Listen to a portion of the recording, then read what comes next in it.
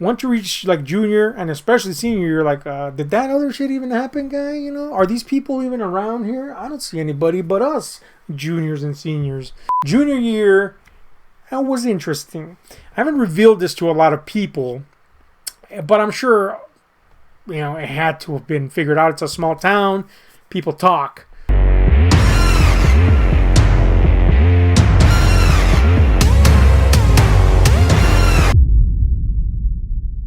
Columbine had just happened. I was wearing my shitty duster from the video. We talk about corny obsessions. Check that out. Check that whole series out. Pretty cool. But I was wearing my stanky duster. And, people thought, oh, that's Columbine guy. Nerdy guy. No, whatever. Anyway. The vibes of Columbine affected the whole nation, man. It really changed the dynamics of schools. I don't know how they still are, but we're still getting school shootings. So I'm assuming it's still not great. Of course, there was those people that were like, that was cool what those dudes did there, guy. We've known them. We've seen them. They're edgelords. Well, I encountered a couple of those. 3 of them, actually. And I gotta say that the other 2 guys were just hangers-on to the main culprit. We're gonna call him the Roadhog. Why? Because he always wore a stinking shirt that had a freaking hog on a hog. That is to say, a motorcycle. And by the way, he was a hoggish looking guy. He was an all-around Roadhog guy. So we're going to call him the Roadhog. Okay, the Roadhog was a guy, one of those dudes that floated around the school, Everybody had their little groups. The Roadhog and his couple of boys were these types. And they would just drop in on any group and like kind of just impose their presence and be like, we're going to be here. And not a lot of people liked them. There were some people that did, but they didn't love them, that's for sure. I found them brutally annoying. The Roadhog thought it was hilarious to throw oranges at people. It was his thing. I'm going to throw fucking oranges at people. It didn't matter who. Oranges? I want to throw them. We got free oranges every day at school, by the way. Well, he did this to this group and that group and this, and haha, it's funny. His boys, which again were more hangers-on, was this kind of sheepish dude that, I got along well with. Outside of the presence of the Roadhog, he was fine. Smart guy. Kind of very quiet. Almost kind of like the kind of guy you'd expect to be a serial killer late in life. But I got along with him just fine. He was actually a nice enough fella. The other dude was kind of a dummy. Harmless, but easily influenced, shall we say that. So these were his hanger-on boys to Roadhog. And Roadhog was this piggish brute that stunk in all respects of the word, right? So old Roadhog decides to take his orange war upon our group, the misfits that kicked ass, let's call us. And he decided, hey, because these guys retaliate, this is my new war. So he started doing that shit, and it just got obnoxious, dude. It's like, God damn it, will you not fucking do this, guy? Annoying to have to go to lunch, and then this idiot thinks that it's amusing to do this little orange war. And at first we were like, yeah, this is fun, little orange war, but it gets tired fast. You know what I'm saying? I want to fucking clean up. I don't want to dedicate my time to some pointless fucking fruit war. I want to hang out with the homies, man. So we decided this stinks, But there was no way out, You don't just back out of a battle in fucking high school, guy. Well, lucky for us, Roadhog thought that the Columbine guys were fucking rad. And Roadhog decided to open this little fucking yapper and go around telling people how he was gonna fucking enact his own Columbine-like, I guess revenge on the school. Oh, believe you me, I didn't even need the slightest prompt to make use of that.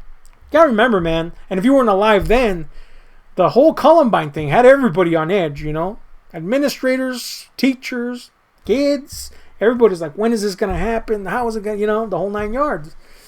Well, old Rhodey there decided to blab as he did, and I decided, yoink, I'm going to take that little bitch right there, that little information, that tidbit, and I'm going to type up a little letter, say it's anonymous, but I'm the one dropping it off at the office, of course. And I'm going to be like, yo, this guy, you know, I feel like he's a danger guy. I feel like this little individual might potentially be the next Columbine. I don't know. He's saying it, you know. So I type up this little letter, man, and I drop it off in the office, and I say, you know, hey, somebody told me to drop this off. They told me not to say who it was. All right. And I leave it at that. That was at the end of that school day. The next day, man, I'm in my first period class, which was a computer class. And, yep, all of a sudden the security guard steps in, and he's like, you, with me. This security guard, by the way, did not dig me so much, and I don't really know why. I have a feeling that he was from an older era of the school, because he did go to that school when he was in school, where I would have been somebody that he pushed around. But whatever, I didn't give a shit. He stunk. Anyway, the security guard takes me down. I'm like, what's going on, man? Knowing damn well what's going on. And he's like, I don't know, I need to talk to you. Boom. Office. Go into that room right there. Go into the kind of like conference room area. They have a long ass table. And sure enough, there's a couple of cops in uniform and some dudes that are very clearly, police of some nature. I'm guessing detectives. And, there's the principal and the vice principal there. And I'm let in, and they're like, what up with this note? And I keep up the little facade of I'm just the guy, the messenger, don't shoot him. And they're like, well, who's the guy? And I'm like, well, I can't tell you, So then, of course, they try to do the little elbow grease of, well, you're going to get in trouble then. And I'm like, no, homie. And I said, look, it was me. I just didn't want to get wrapped up in all of it because, some people might look at my group and go, oh, look at those guys. I mean, I brought up just earlier this fucking year, you told me I couldn't wear a goddamn duster because Columbine, that's not even related to each other, whatever, I didn't want to get wrapped up in all that shit. And they're like, okay, well, what do you know? And I'm like, exactly what I wrote in the fucking letter, guy. This guy's going around saying this, and that, admiring them, saying that he's going to do it, blah, blah, blah, blah, blah. And, yeah, well, after a bit of back and forth there, they let me go.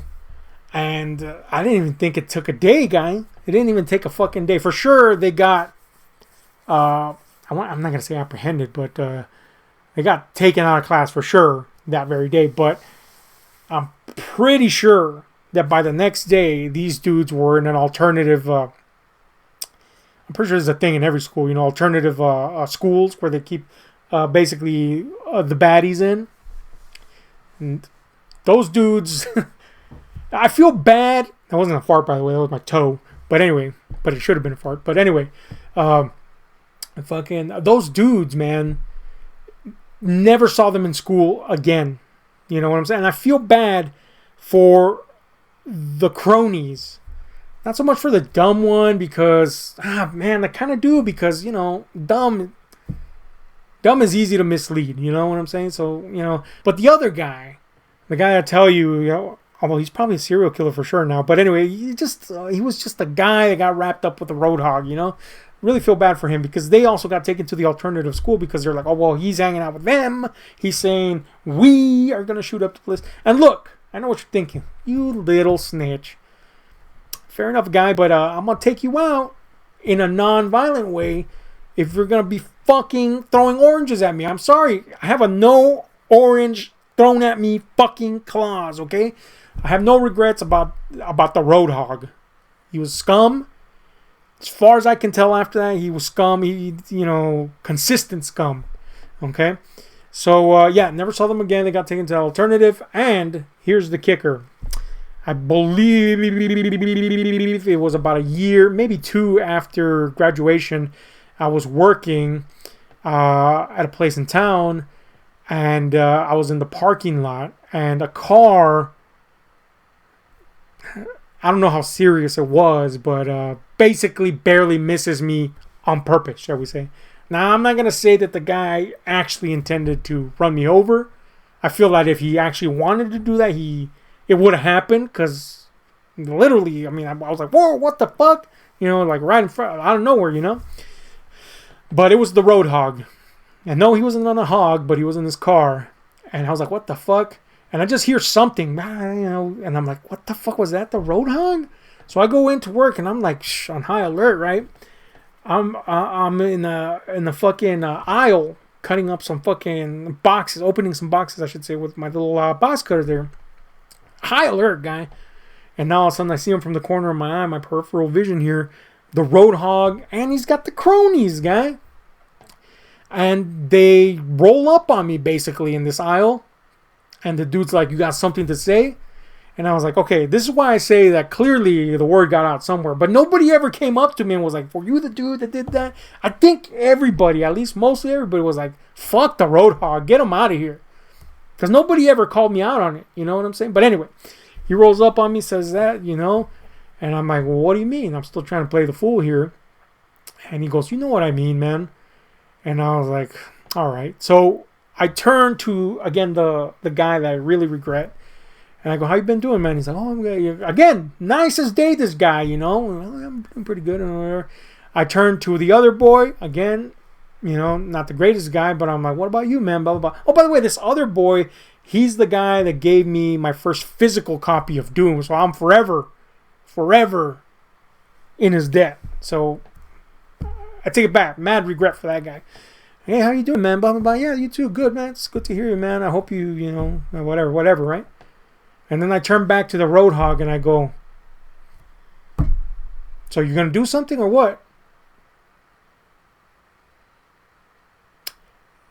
Old Rhodey didn't do shit, boy. He just walked away, guy. Boys weren't going to do shit to help him, and I could take that boy down quick, guy. Don't care how hoggish he is. So, look, I'm not one to say I'm a tough guy. I'm not.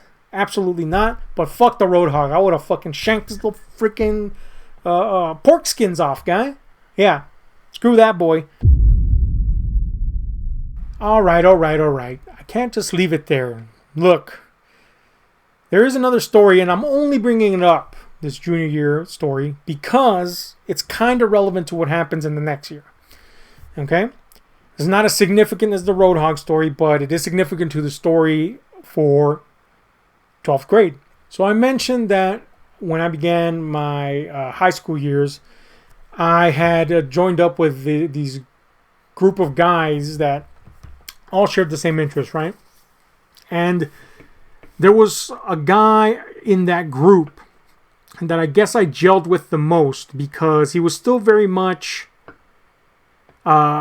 grounded in the reality that I kind of was grounded in, you know, coming from a poor family, not having enough to do what the other guys did and indulged in.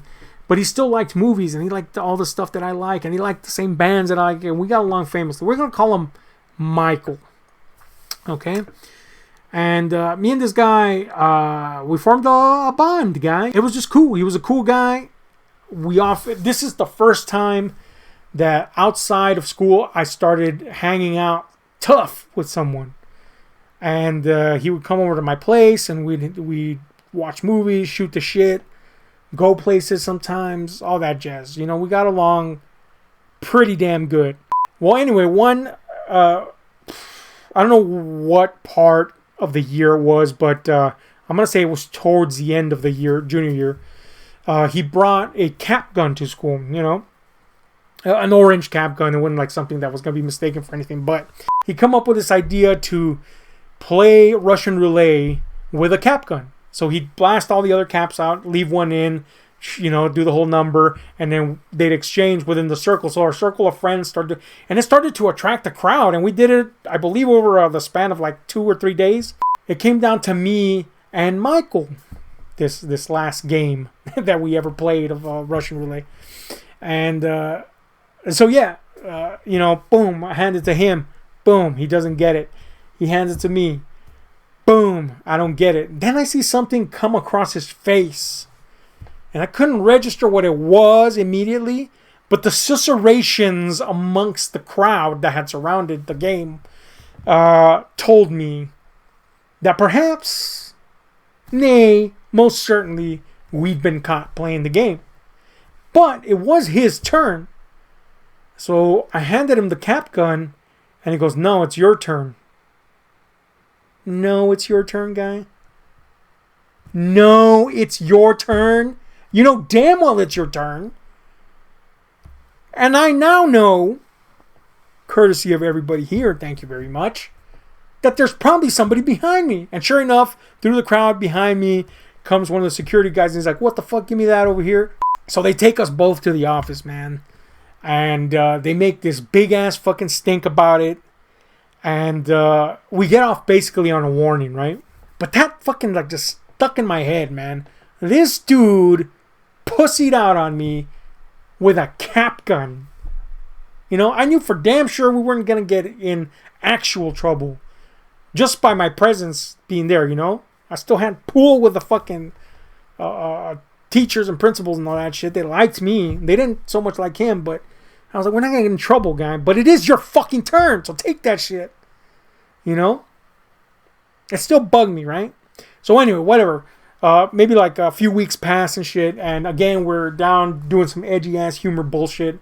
And so instead of eating our dinner in the cafeteria, our lunch in the cafeteria, we would usually take the brown sacks and go outside and hang out with the group and eat there. So we decide in all our fucking dumbass wisdom, that's right, dumbass wisdom, we decide we're going to fashion a phallus out of the paper bags, right? And this was a surprisingly precise phallus, though it was wrinkled as hell. And so we fashioned these phalluses out of the paper bags, you know, rolled them up, and there was even a little head that we bloomed in there. And then we put mustard on the tip and mayonnaise, and me and him did it, right? And then we shoved the phallus into our zipper and then zipped it up on it so it was hanging out, right?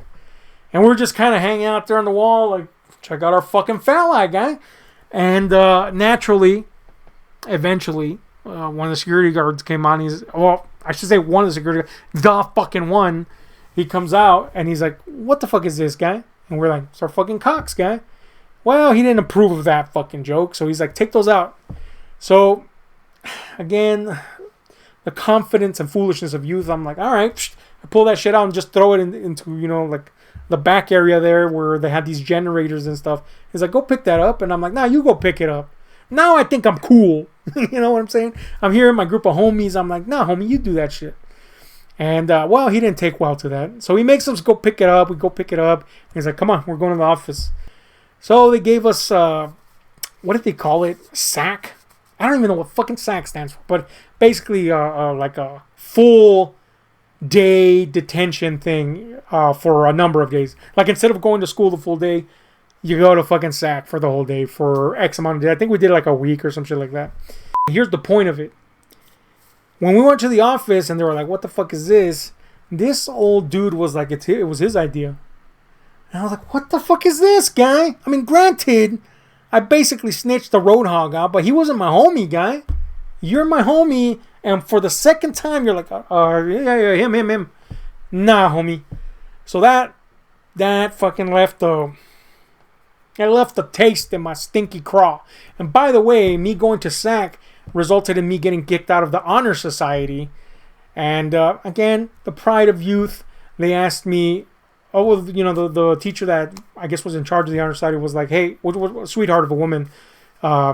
She was like, hey, you just got to write an apology to the board and they'll let you back in. And I was like, nah, you can stuff your Honor Society. So I was the only one in the top 10 of the class that graduated without an Honor Society stash because I was like, fuck that shit, yo.